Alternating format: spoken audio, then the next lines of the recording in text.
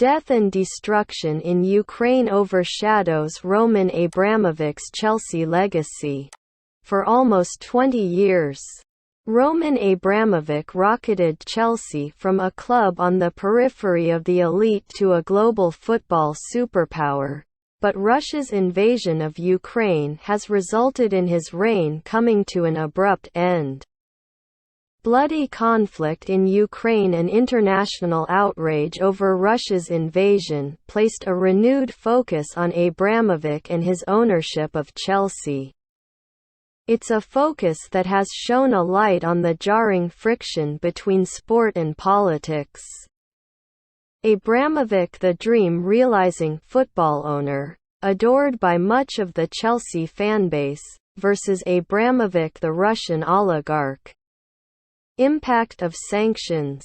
Days after the war began, as the West responded by imposing sanctions on Russia and its oligarchs, Abramovich's assets, including Chelsea, appeared increasingly vulnerable to a more punitive financial environment, and he soon announced his plans to sell the club.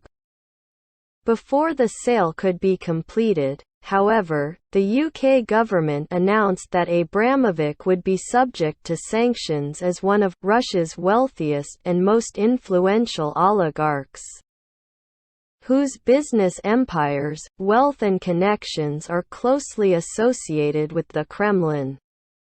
What this means for Chelsea: the club will be somewhat shielded from the sanctions, allowed to continue fulfilling its fixtures under a special license.